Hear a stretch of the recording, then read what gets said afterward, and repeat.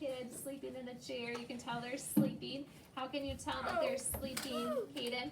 The Z is going up and down. Yep, the Z is going up and down. And so, while this kid is sleeping, what are they using when they're sleeping? Journey? Their imagination. Sorry. I apologize, Journey. Some friends were talking again, and I couldn't even hear your second part. Or making noises, or I'm not sure what they were doing. Let's try that again, Journey. What was the second part you said?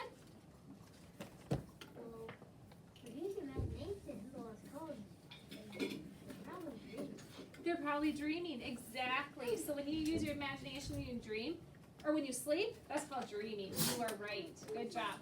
Now, what are some of the things that the kid is using their imagination? What is some of the ideas or thoughts that they have in their imagination? Lila?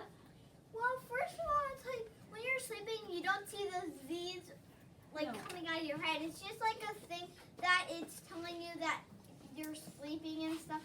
And second of all, Okay. and then I'll tell you. Good point, Lila. What? Yep, I said very good point that when you're dreaming, you don't really see the Z's. It's just to show you that they are dreaming or sleeping. Mm-hmm. Okay, what is one thing the kid is dreaming of or using the imagination? Lila? He's saying, I dive with a whale deep into the sea. Good, so he's diving with a whale deep into the sea. Kinsley? He flies with an eagle and goes over a... Yeah, flies with an eagle and off we zoom. Ingrid? I climb with a monkey up A tall tree. Good job. So that's all of the things that he's thinking about that he can do are lots of his adventures. And I like how he says, I have lots of adventures without leaving my room. So he can dream, he can imagine all these things that he can do, but he doesn't even leave his room, does he? Okay, now we're going to look down at these questions.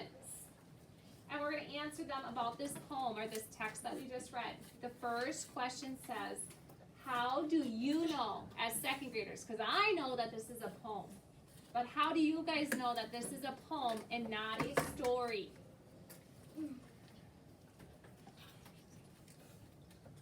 What do you think, Addie? Because you can do it in real life. Okay, but how do you know this is a poem? How come this is not a story that I'm reading, Carson? Put on your mask and your shoes. How do you know this is not a story, Carson? Because how would he fly an eagle? Okay, I could have a story about an eagle. How do I know this is a poem? Now. Libby, how do I know this is a poem? We talked about this morning when we read our poems. Because it's not real. Stories don't have to be real. Kinsley? Because there might be like ones that are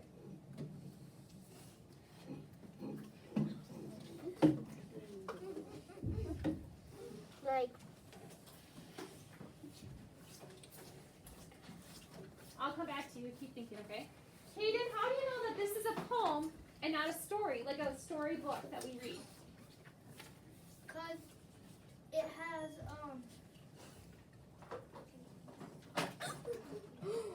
I know it.